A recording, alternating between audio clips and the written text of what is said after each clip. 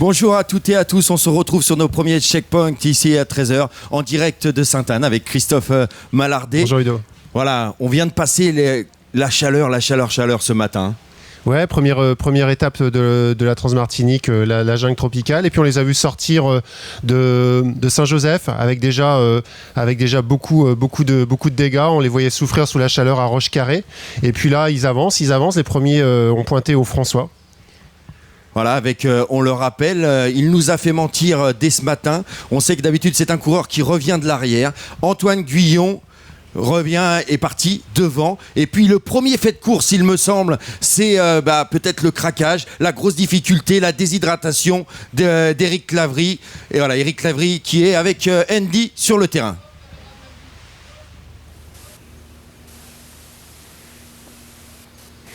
Eric, qu'on attendait. Ah, c'est bon, je pense que c'est bon, vas-y, tu peux y aller. Alors Eric, on est là, un petit moment de repos, hein. C'est difficile là tout de suite. Ouais, j'en profite, il y a un petit brin d'air, parce que c'est vrai que dans les bananeraies, on n'en a pas beaucoup. Puis, gros coup de chaud, hyperventilation, ça fait 3 minutes ou 4 là, que je suis assis et je respire encore comme un bœuf. La chair de poule, dès que je recours un petit peu, limite la tête qui tourne, pourtant je me ravitaille comme il faut, même plus. Donc je sais pas trop, là, j'avais limite peur tout à l'heure, même pour la santé, donc... Je vais voir, je vais essayer déjà d'aller là-haut, il y a mes parents qui m'attendent au ravitaillement d'après, donc je vais voir si je continue ou si au moins je vais jusqu'au François, mais je crois que là... Ça va être un peu difficile. Ouais, ça va être difficile. Je pense que je vais rallier l'arrivée plus vite que prévu, mais pas en courant. Enfin, je vais voir, je vais vraiment peser le... On verra bien, quoi. On verra bien, et puis c'est pas bon. L'important c'est surtout pas la blessure, mais après tout ça. Même tout à l'heure, c'était la blessure physique, je pense pas. Okay. Physiquement, enfin la blessure physique, je pense musculairement, tout ça, il y a pas de souci, mais je pensais, après, je sais pas jusqu'où ça peut aller au niveau. Je suis plus très lucide là quand je parle.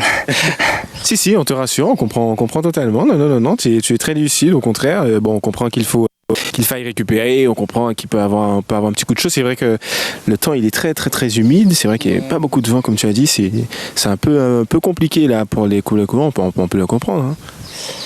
Ouais, on va voir, je sais pas si ça vaut le coup de continuer, s'il y a plus de risques que d'intérêt à continuer, parce que je vraiment pas bien. Voilà, c'est le champion qui est seul avec lui-même. Je pense que tu en as déjà vu des plus durs que ça. Donc, allez, ce serait rien de te dire que ça se passe dans la tête.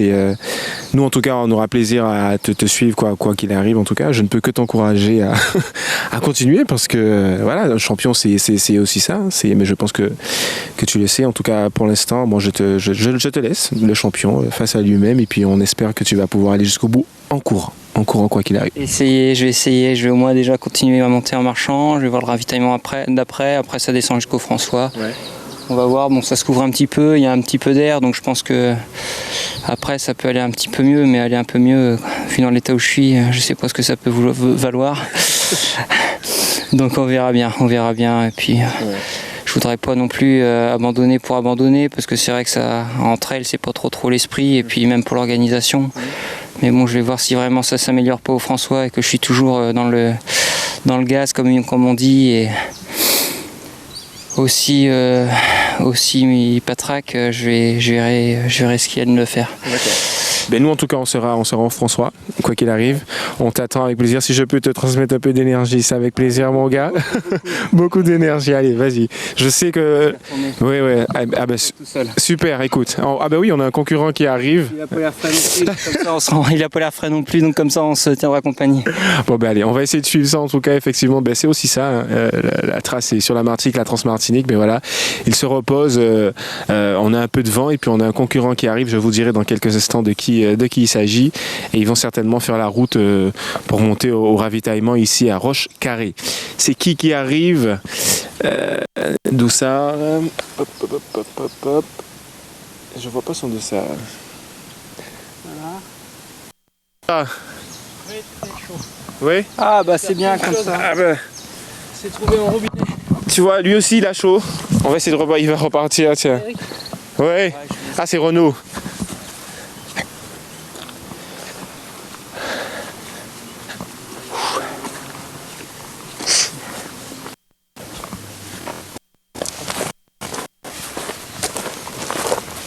Voilà, que ces images sont fortes, que ces paroles sont fortes. C'est Christophe, le premier KO du champion, il a été compté, mais il est reparti.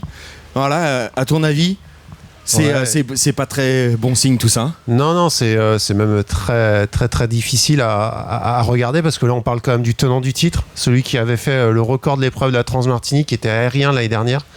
Et on voit que cette année il était confiant, il avait fait une bonne préparation. Et puis c'est l'ultra trail, c'est-à-dire que parfois on est face à des grosses difficultés. On ne sait pas pourquoi, il n'est pas capable de nous dire aujourd'hui ce qui va pas. Mais en tout cas, c'est sûr que ça va pas. Il est sorti de son projet initial, c'est-à-dire de venir pour gagner la Transmartinique, rééditer cette victoire. Là, il a besoin de se remobiliser. Il se donne la première étape de rejoindre ses parents, ensuite rejoindre le François. Peut-être qu'il va poursuivre parce que voilà, mais il faut qu'il trouve un nouveau challenge sportif. Et là, en ce moment, c'est compliqué de le trouver, ce challenge, parce que on voit Marc qui l'aide aussi, qui le rafraîchit. Et voilà, déjà Renaud Rouanet qui arrive, qui a l'air aussi, comme il le dit Eric, un peu dans le dur. Hein. Ça montre vraiment que cette course va être très très très dure. Et moi je pense à tous ceux qui sont derrière. Là on voit les coureurs élites qui sont quand même hyper préparés et qui sont dans des grosses difficultés. Et derrière, on peut imaginer que les mêmes coureurs qui sont aussi préparés mais qui ont peut-être moins d'expérience se retrouvent aussi dans des conditions très très difficiles et encore plus longtemps. Donc je crois que cette année, la Transmartinique va être une édition assez dantesque. Et pour revenir sur Eric, on va suivre ça de près. Il n'a pas abandonné, il repart, mais il faut qu'il trouve vraiment son nouveau projet sportif en ce moment. Ouais. Oui, c'est des images qui ont été tournées il y a 1 heure. On sait qu'il est reparti. Il est reparti avec Renaud. Des images. Et là, on voit en direct le deuxième, Florent. Il est là, Florent Bouguin. Qui continue à courir, continue à faire son bonhomme de chemin. Il est pas si loin que ça d'Antoine, à un petit peu moins de 20 minutes. Ouais, il a passé le François. Donc à partir de ce moment, on prend la trace du défi bleu qui va se lancer ce soir à 22h. Donc il reste une très très grosse difficulté après ce passage dans les Banneres, c'est la montée du Vauclin qui se fait sur la route, sur des routes en ciment avec des pourcentages à 35%, et puis une partie sommitale dans la boue très glissante c'est un chemin de croix. Et on nous dit au briefing, vous comptez les 8 premières croix, vous êtes au sommet, et puis il en reste quelques-unes dans la descente, mais ça va être un vrai chemin de croix. Et après, c'est vrai qu'on va vers la mer. Voilà, et puis toutes les difficultés de notre hélico, d'essayer de remonter, d'essayer de chercher une aiguille dans une meule de foin, retrouver bien sûr juste devant Antoine Guillon qui pour l'instant nous fait une claverie. Tout simplement, il est parti devant. Pour lui, tout se passe bien et on a l'impression qu'il a souffert un petit peu moins de la chaleur, qu'il l'a mieux géré que ses poursuivants. Et là, on voit ces images en direct. J'ai été très très surpris de voir Renaud Rouanet ne pas s'arrêter à côté d'Eric. Je pense que Renaud était aussi dans le dur et qu'il s'est dit si je m'arrête, je repars pas. Hein. Ouais, c'est la tentation, ça. Il faut pas résister. Je pense qu'effectivement, il marquait l'arrêt, il s'assoyait à côté et c'était fini pour lui aussi. Ou en tout cas, il a essayé de rester dans sa bulle. Après, ils se connaissent bien. Hein. Ce sont des gens qui se côtoient sur les courses. Ça a fait surtout du bien à Eric de voir Renaud. Et Renaud semble en difficulté. Et je pense qu'à deux, ça va aider. Ouais. Voilà, et on va retrouver quelques mots au départ de Florent Gouguin. Moi, je suis là pour vraiment découvrir la Martinique. J'en entendais souvent parler, puis là, j'ai l'occasion de voir les Martiniquais, la Martinique, j'en profite, ça c'est super. La course en tant que telle, c'est une progression pour moi aussi. Là, c'est dans comment je dois grandir comme ultra-trailer. Faut qu'un jour, je passe par la Transmartinique. Fait que je vais apprendre beaucoup, je vais en profiter des paysages grandioses, de ce que j'ai vu. J'ai discuté avec pas mal de personnes qui l'ont déjà faite. Donc, je pense que ça va être du gros plaisir, en fait. La course la plus longue que j'ai faite, ça a été un 125 km il y a à peu près 4 mois dans les Rocheuses canadiennes. C'était un terrain beaucoup plus roulant, j'ai mis 13h30, donc autant dire que là ce sera complètement autre chose. Alors je rentre dans un domaine où je vais apprendre de moi et je ne sais pas ce qui va se passer. Alors l'idée c'est d'y aller étape par étape, prendre du plaisir, de faire attention à la chaleur et puis d'aller au bout et puis on verra bien le temps qu'il va y avoir derrière ça. S'adapter aux conditions purement martiniquaises, ça c'est impossible quand tu vis à Québec, donc c'est là il y aura une partie d'improvisation, une partie de découverte, c'est ce qui fait la beauté aussi de ce trail puis de la course que tu as, parce que mine de rien de la Martinique c'est 5 heures, Montréal, Martinique, Fort-de-France, donc je pense qu'il y a beaucoup de Québécois qui seraient intéressés à venir. Là on va essayer de motiver beaucoup les gens, et puis aussi à l'île de la Réunion J'ai malheureusement vu que pas beaucoup de Réunionnais. Je crois qu'il y en a un avec moi, ça fait 2. Donc moi, j'espère faire un peu de la pub pour mes Dallons à La Réunion, là, pour leur dire hey, il y a la Martinique aussi. Là. La grosse difficulté, c'est de trouver cet équilibre entre les ultras, bien sûr, mais ma famille, mes 2 enfants, ma conjointe et mon travail qui est aussi demandant. Et cette équipe-là est très difficile à avoir. Et le fait de voir que les gens autour de toi qui te permettent d'avoir cet équilibre croient en toi puis te motivent à faire ce genre d'épreuve, ben ça, c'est tout plein d'énergie. Donc moi, c'est ça qui me rattache quand je suis dans le bois, dans la forêt tout seul, je pense à tous ces gens autour de moi que j'aime et puis en général, ça me fait arriver.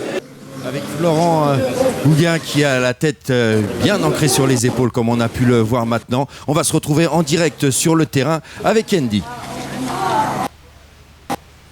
Pascal, hein, voilà, avec des petits problèmes de réseau. Voilà, il était avec Pascal Brizard, bien sûr, l'organisateur et coprésident du Club Manicou, qui je souhaite bon courage pour tout ce qu'ils sont en train d'organiser pendant 3 jours. Gros travail de tous ces bénévoles. Florence, la vraie surprise de cette course, là, il pointe en 2e position. Il a pas beaucoup d'écart sur Antoine.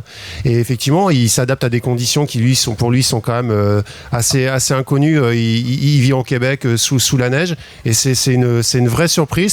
C'est un nouveau visage dans le paysage du trail français parce qu'on le connaît pas. Il a couru beaucoup aux États-Unis. L'an passé, il était à San Francisco. Il y avait 50 miles de San Francisco là qui se courent en même temps. Il avait fait 13e dans un contexte américain très relevé. Là, il est en 2e position, il grandit. Hein. Voilà, et on retrouve de nouveau Andy avec Pascal Brizard. Andy, c'est à toi. Oui, donc nous sommes ici au François avec Pascal, une course difficile et on le voit. Alors, sont déjà passés ici, on peut le rappeler pour nos téléspectateurs, Antoine Guillon en première position, Stéphane en 2e position, ainsi qu'Alexandre qui est déjà passé ici. On le voit, les élites, une course difficile même pour la tête de course. Ah oui, un premier passage, surtout un passage très marquant entre Saint-Joseph et Roche-Carré. Là, un gros coup de chaleur. Bon, l'avantage, c'est que les nuages arrivent sans pluie, c'est bien, ça va rafraîchir un petit peu tout ça. Ça va être un peu moins lourd comme température. Et je pense que là, ils vont se ressourcer. Ils vont se ressourcer, puis ils vont finir, à mon avis, très bien. Maintenant, ils ont été quand même un petit peu éprouvés, ouais, c'est vrai. Ouais. Ils sont éprouvés, Pascal. Je vais continuer parce qu'il y a aussi des bénévoles qui sont présents ici. Vous voyez, ils sont en train de. On va vous faire vivre un peu ici. On est au ravito. Viens à côté de moi avec charmante. Le prénom c'est Anne-Sophie. Anne-Sophie. Alors on l'a vu ici au niveau du ravitaillement. Comment ça se passe pour les coureurs? Pour Renaud en général c'est assez rapide parce qu'il n'a pas forcément envie de se changer ou quoi que ce soit. Donc un ravitaillement assez rapide avec du salé parce que sur eux ils mangent beaucoup de sucré et on fait vraiment le plein en eau. Là ils vont se mouiller parce qu'il fait une chaleur moite, pesante et lourde. Ouais. C'est vrai, effectivement, ils arrivent ici un peu entamés. Vous avez pu les voir passer. Un petit pronostic peut-être en fonction de l'état de forme de chacun? Non, pas de pronostic maintenant. C'est encore un peu tôt, je crois. C'est encore un peu tôt. Alors, 58 km de l'arrivée. Voilà ce qu'on peut dire ici à Saint-François, au François, pardon. On va attendre les prochains coureurs dans quelques instants. Voilà, et on se retrouve avec le travail magnifique des bénévoles sur les ravitaillements. On a reconnu bien sûr Madame Rouanet qui attend Renaud. Je pense que ça va lui faire grand plaisir de retrouver sa femme sur un ravitaillement avec son beau-frère qui était juste derrière. Et puis, on va retrouver le classement. Pour l'instant, la tête de course de cette Transmartinique 2014, Antoine Guillon en tête qui fait cavalier seul, une vingtaine de minutes devant Florent Bouguin pour sa première participation et Alexandre Ayetine 3e. Le retour de Stéphane Brognard et Renaud Rouanet qui est affiché, qui a dû laisser sur le parcours Éric Labrie. Ouais, et puis il y a un vrai match pour le podium là entre Alexandre Ayetine qu'on a vu aussi un petit peu en difficulté à Roche-Carré sur le ravito. Il va falloir voir comment il arrive au François et Stéphane Brognard qu'on n'a pas vu pour l'instant à l'image, mais c'est plutôt bon signe quand on les voit pas à l'image, c'est qu'ils sont furtifs et rapides. Donc j'ai hâte de voir tout ça et voir au François parce qu'après c'est vrai que c'est beaucoup plus fluide. Comme disait Pascal, le temps me rassure un peu. Il y a des nuages, il y a une couverture nuageuse, il y a une fraîcheur qui s'installe et je pense que les coureurs ça va leur faire du bien. Ouais. Voilà, et on vient de voir, c'est Antoine, tout de jaune vêtu, short noir. Voilà, Antoine qui avec sa foulée habituelle. Et devant qui court, hein, et qui court. Ouais. Et à ce moment de la course, tous tous les mètres, tous les centaines de mètres, tous les kilomètres courus, je peux vous dire que ça, c'est des minutes engrangées sur l'arrière parce que c'est à celui qui marche le moins. Pourtant on marche, mais petite foulée, mais qui reste quand même efficace. Et ouais, là c'est quand même plutôt bon signe. Et pour Antoine, il est dans la bonne dynamique, c'est-à-dire la mécanique qui s'arrête pas, quoi. Ouais, ce qui fera plaisir à Jean-François Assoun, malheureusement. Il a raison pour l'instant. Et c'est vrai qu'il était en grande forme. Il nous l'a dit. Moi, j'étais un petit peu surpris parce que faut rappeler qu'il a quand même 8 ultras dans les jambes cette année, Antoine, qui sort d'un tort des géants puis d'une diagonale des fous. Ouais. Et là, il trouve encore l'énergie nécessaire pour être devant. Mais c'est Antoine Guillon. Mais voilà. C'est Antoine Guillon. Donc c'est-à-dire l'un des meilleurs ultra-trailers du monde, 4e cette année sur le World Tour. Donc on a vraiment ce qui se fait de mieux en matière d'ultra. Il a une expérience de dingue. Antoine, c'est quand même la personne qui sait mieux gérer ses efforts sur le circuit. Et là, ça court. Hein. Ah ouais, ça court même très fort. Hein. Donc ouais, c'est vraiment assez impressionnant. Alors, il est peut-être en descente. Il est même certainement en descente là, parce que on voit sur les appuis pieds qu'il est plutôt à essayer de freiner et pas trop s'emballer. Mais ouais, ça va très très vite là. Pour éviter de casser de la fibre musculaire. Exactement. Se préserver. À ton avis, là, il court à combien? Là? Ouais. Oh, je dirais 13. Ouais, moi je dirais plutôt 15-16 là. 15-16, tu crois déjà? Ouais, au moins du 15, ouais. Voilà, 15 km/h, alors 15 km/h c'est 4 minutes au kilomètre. Donc vous prenez un chrono, vous faites 1 km sur une route et vous regardez si vous tenez 4 minutes au kilomètre. C'est très très rapide. Hein. Ouais. On va retrouver, Christophe, je te propose sur le terrain, Yannick, après ces belles images de la tête de course et d'Antoine Guillon. Salut les studios, effectivement toujours évidemment sur ce ravito, pas très très loin de Rochecarré, on a déjà bien couru ce matin. Juste un petit coup de main d'ailleurs supplémentaire pour les coureurs qui pourraient avoir un petit peu de mal dans cette montée, notamment du côté de ce ravito numéro 5. Nous avons récupéré les bottes de 7 lieues. Ça peut servir, on sait jamais. J'aurai d'autres offres promotionnelles exceptionnelles en solde d'ailleurs pendant tout ce week-end de Transmartinique à vous les studios. Merci à toi, merci Yannick pour cette bonne humeur. Vous l'avez vu, rien n'est joué encore sur cette course. Antoine a une 20aine de minutes, c'est rien encore. Ils ont encore une 50aine de kilomètres pour revenir ici du côté de Sainte-Anne. Donc je vous invite vraiment à nous suivre toutes les heures sur le checkpoint. Ouais, et puis là, le passage du Vauclin là qui va arriver pour Antoine. On va voir aussi le passage au François si ça se resserre. Là c'est toujours Antoine qui sur. Alors là c'est un moment assez difficile aussi. C'est de la route. C'est une longue portion de route. Il y en a pas tant que ça sur la Transmartinique. Parce qu'on est quand même beaucoup dans la jungle. Après on est sur du sentier côtier. Mais là c'est sur la montée du Vauclin. C'est une longue portion de route avec des gros pourcentages par moment et une route cimentée, donc parfois glissante aussi. Elle est assez difficile à négocier. Et là, avec la chaleur, le rendu de la chaleur sur le goudron et sur le revêtement, ça va pas être simple. Ouais. C'est une portion assez difficile à maîtriser. Ouais. Merci Christophe. À tout à l'heure. Continuez à nous suivre. On se retrouve dans moins d'1 heure. Merci.